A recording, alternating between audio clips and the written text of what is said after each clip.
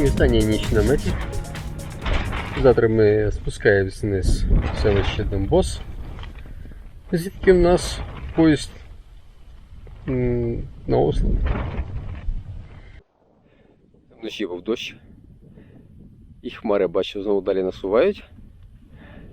Ми варимо сніданок і попробуємо, не змокнувши, спуститись вниз.